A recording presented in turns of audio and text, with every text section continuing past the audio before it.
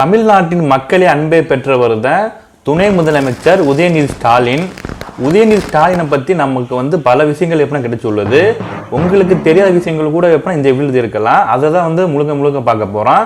மறந்துடாம உங்களுக்கெல்லாம் உதயநிதி ஸ்டாலின் ரொம்ப ரொம்ப பிடிச்சிருந்தா லைக் தட்டி விட்டுருங்க. நீங்கள் எல்லாம் டிஎம்கேக்கு ஓட்டு போகிறா இருந்தால் என்னோட சேனலை சப்ஸ்கிரைப் மட்டும் பண்ணிக்கோங்க. அப்படியே இதை பற்றி உங்களுக்கு எடுத்துன்னு கம்மாவில் பின் பண்ணிட்டு போங்க. கலைஞரின் கரம் பற்றி தலைவர் அவர்களின் அன்பை பெற்று நிர்வாகிகளிடம் இணைந்து சிறு வயதிலே கட்சி பணிகளை செய்தவர் தான் என்றாலும் 2018ஆம் ஆண்டில் இருந்து முழுமையாக நேரடி அரசியல் வந்து உள்ளவர் தான் உதயநிதி ஸ்டாலின் என்பவர். அவரை பற்றி சொல்ல தேவையில்ல. அவரை பற்றி உங்களுக்கு நிறைய விஷயங்கள் எப்படின்னா தெரிஞ்சிருக்கு.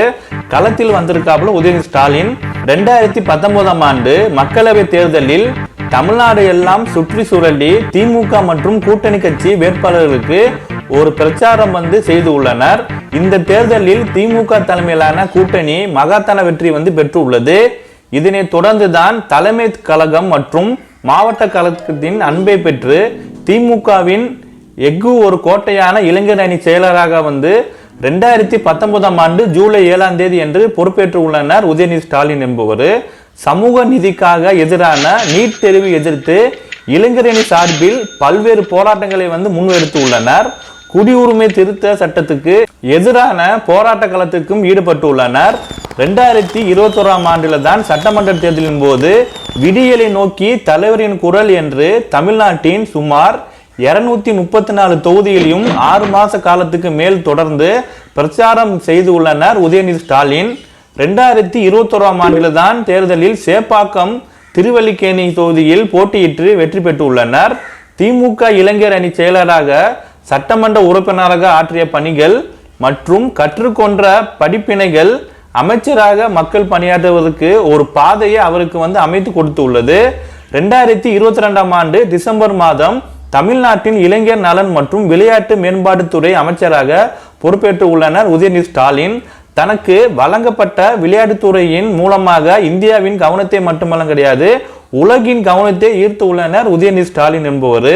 2024ஆம் ஆண்டு மக்களவை தேர்தலில் இந்தியா கூட்டணி சார்பில் தமிழ்நாடு எங்கும் 23 நாட்கள் 9000 கிலோமீட்டர் பயணித்து 130க்கு அதிகமான கூட்டணி மக்களை சந்தித்து பிரச்சாரம் செய்து உள்ளனர். தமிழ்நாடு மற்றும் புதுச்சேரியில் உள்ள 40 இடங்களையும் திமுக தலைமையிலான கூட்டணி ஒரு மகத்தான வெற்றி பெற்று உள்ளது. திமுக இளைஞரணி செயலராக சேலத்தில் கடந்த ஜனவரி மாதம் 21ஆம் தேதி திமுக இளைஞரணியின் 2வது மாநில மாநாட்டை வெற்றிகரமாக நடத்தி உள்ளனர் உதயநிதி ஸ்டாலின்.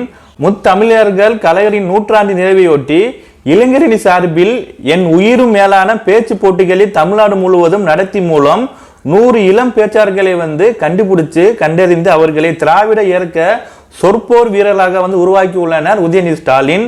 திமுகவின் இளைஞரணி செயலராக இருந்து இளைஞரை ஈர்த்தும் அவர்களே திராவிட கொள்கை கொண்டராக கூர்த்தீட்டியும் வருகிறாரு. அவரது செயல்பாடுகள் திமுகவின் வளர்ச்சிக்கும் ஆட்சி திறன் மூலமாக தமிழ்நாட்டின் வளர்ச்சிக்கும் இன்னும் கூடுதலாக உழைக்க வேண்டும் என்பதில் மனதில் வைத்து துணை முதலமைச்சராக பொறுப்பேற்று இருக்கிறாரு.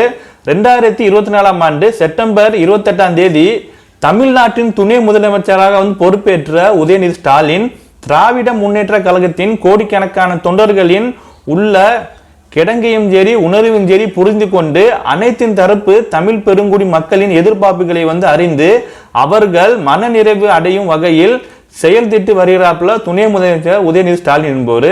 மறந்துடாம இதை பற்றி உங்களுக்கு கமால பின் பண்ணிட்டு போங்க. இந்த வீடியோ எல்லாத்துக்கும் ஷேர் பண்ணி விட்டுருக்கங்க.